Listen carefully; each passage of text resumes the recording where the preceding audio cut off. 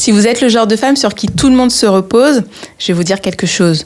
Le jour où vous allez craquer d'épuisement sur l'autel de votre charge mentale, beaucoup de gens ne viendront pas pleurer votre grandeur. Au contraire, ils seront très agacés de n'avoir personne d'autre pour gérer leurs problèmes. C'est moche, hein, mais malheureusement, c'est souvent la réalité. Restez avec moi, faut que je vous parle.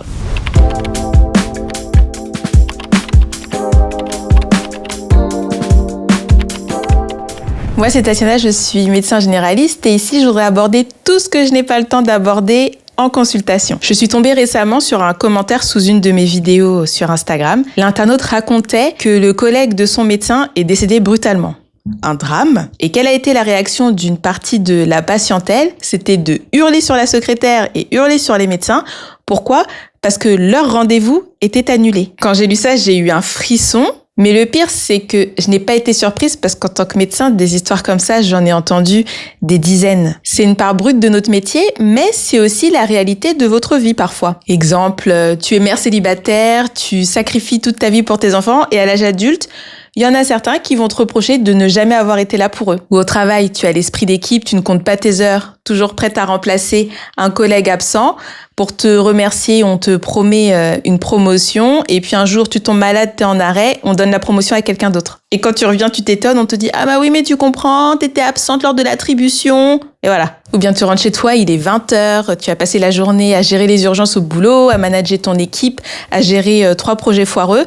Tu rentres chez toi, le salon est en chantier et là tu vois ton conjoint et tes enfants et leur première phrase c'est « Qu'est-ce qu'on mange ?» Et devant ce spectacle, tu ne dis rien. Tu sens ton œil gauche là qui a ce petit tic, tu sais celui quand tu manques de magnésium ou que tu as bu trop de café tiède. Et tu vas te changer, te préparer et tu commences ta deuxième journée de travail. Parce que si tu ne le fais pas, qui va le faire? Comme on consulte, parfois je vois des femmes entrepreneuses, brillantes, des mères de famille exemplaires, des cadres, elles s'installent bien droites, tirées à 4 épingles. Je leur demande comment ça va et un quart de seconde, je vois le masque qui a 2 doigts de se fissurer et puis elles contrôlent tout, elles se rattrapent et elles me disent « Non, ça va, vous savez, c'est pas toujours facile, mais je gère. » Le problème, ce n'est pas que tu gères tout, c'est que tu es devenue trop douée pour ça.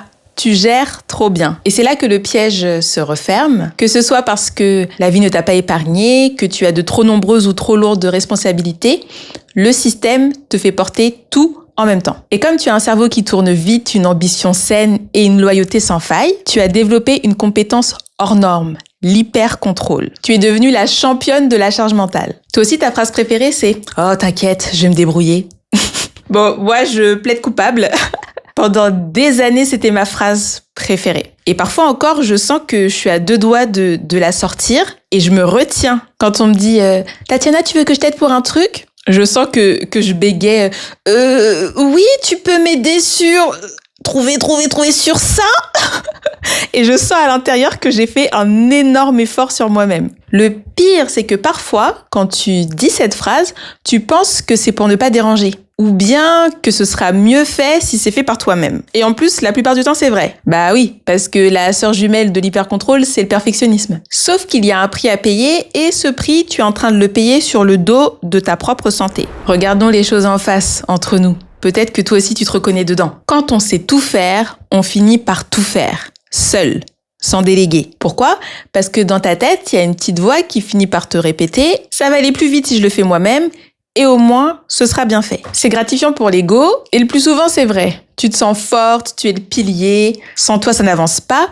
Mais regarde les conséquences physiologiques et humaines. Ton entourage, tes collègues, tes proches, c'est confortable pour eux. C'est pratique un pilier parce qu'on peut s'appuyer dessus de tout son poids sans jamais se demander s'il va se fissurer. Ils se reposent sur toi et pire, sans même s'en rendre compte, ils finissent par abuser de ta disponibilité et de tes capacités à gérer tous les problèmes. À force de montrer que tu peux tout porter, les gens finissent par oublier que toi aussi un jour, tu peux craquer. Et au fond, tu le sais déjà, tu sens cette boule au ventre, ce stress à chaque fois qu'il y a une notification WhatsApp, ou alors tu ne supportes plus les changements de programme parce que tu sais que ça pourrait faire vaciller toute ton organisation. Tu es au bord du burn-out, mais tu continues d'avancer sans rien changer. Ta résilience est devenue un piège. Pourquoi tu continues? Par peur de la culpabilité. Parce que le jour où tu n'en peux plus, le jour où ton corps lâche, le jour où tu oses dire « non, là, je ne peux pas », on ne te dit pas merci pour les 364 jours précédents où tu as tout sauvé. On t'en veut.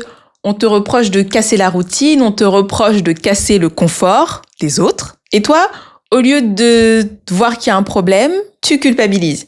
Tu as l'impression d'échouer, d'abandonner les autres. On t'a vendu le mythe de la femme forte comme d'un super compliment alors que c'est juste un badge bénévole pour porter la charge des autres. En consultation, je le vois tout le temps. Les migraines ophtalmiques, les blocages de dos à répétition, les insomnies à 3h du matin où ton cerveau, c'est là qui décide de rejouer toute la to-do list du lendemain. Une fois qu'on a éliminé les causes purement médicales, on me raconte le quotidien et là je me dis « Ok, d'accord ».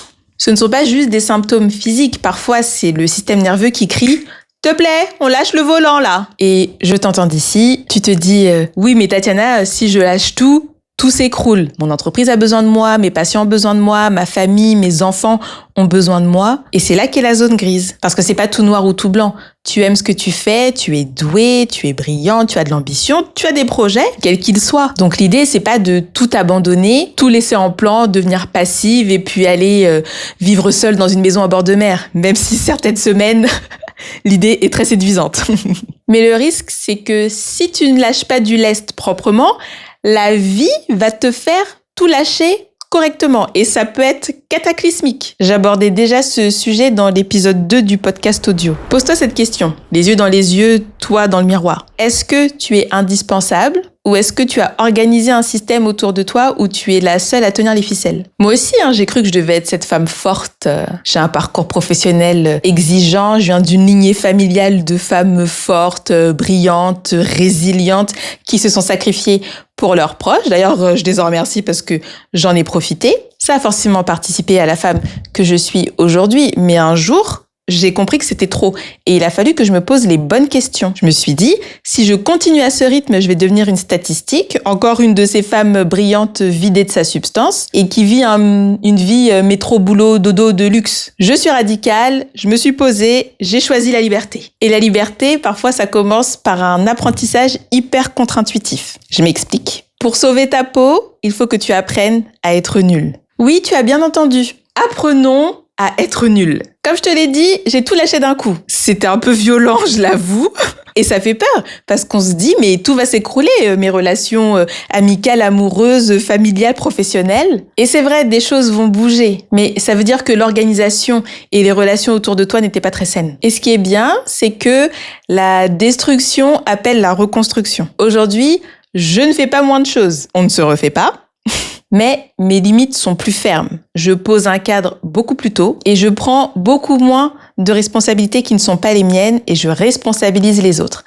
Alors oui, tout le monde n'est pas content, mais ça permet d'avoir des relations plus équilibrées et paradoxalement, je peux faire beaucoup plus de choses. Ça permet d'identifier les profiteurs et je suis beaucoup plus libre avec un entourage beaucoup plus sain. Alors, laisse tomber ce dossier non urgent, laisse tomber la pile de linge qui t'attend depuis plusieurs jours, laisse un peu la collègue ou ton conjoint se débrouiller avec son problème sans arriver avec ta cape de super-héroïne. Être indisponible, imparfaite, voire parfois un peu décevante, parfois c'est le seul moyen de forcer à grandir les personnes autour de toi. Poser des limites, c'est pas de l'égoïsme. Parfois c'est un super cadeau que tu peux faire à ton entourage, les pousser à se responsabiliser pour leur propre vie. Je ne vais pas te donner une méthode en 3 étapes ou une solution magique. Aujourd'hui, tu n'as pas besoin d'une énième chose à faire ou à rajouter dans ta to-do list pour aller mieux. Je veux juste que cette idée infuse en toi dans les prochains jours. La prochaine fois que tu sentiras la fatigue monter en toi et que tu auras envie de répondre « T'inquiète, je vais me débrouiller », repense à ce sacrifice ultime qui n'a généré que frustration chez ceux qui le voyaient comme une source d'énergie illimitée. Tu as le droit d'avoir de l'ambition, tu as le droit de briller, tu as le droit d'avoir envie d'être là pour les autres et de leur donner beaucoup plus que parfois ils ne peuvent t'apporter, mais tu n'as pas l'obligation de te consumer pour éclairer les autres. Dis-moi en commentaire si tu vis au quotidien le piège de la femme forte. Surtout, prends soin de toi et ose être un peu nul cette semaine. Baisse un peu le niveau. De toute façon, tu cherches toujours la perfection. Donc si tu baisses le niveau, tu pourras pas être pire que les autres. On se retrouve très vite et cette fois-ci, je ne donne plus de date parce qu'après, ma tendance à l'hypercontrôle et au perfectionnisme me stresse trop. Si cet épisode t'a plu, n'oublie pas de t'abonner, de liker et de le partager à quelqu'un qui a viscéralement besoin d'entendre ça. À bientôt.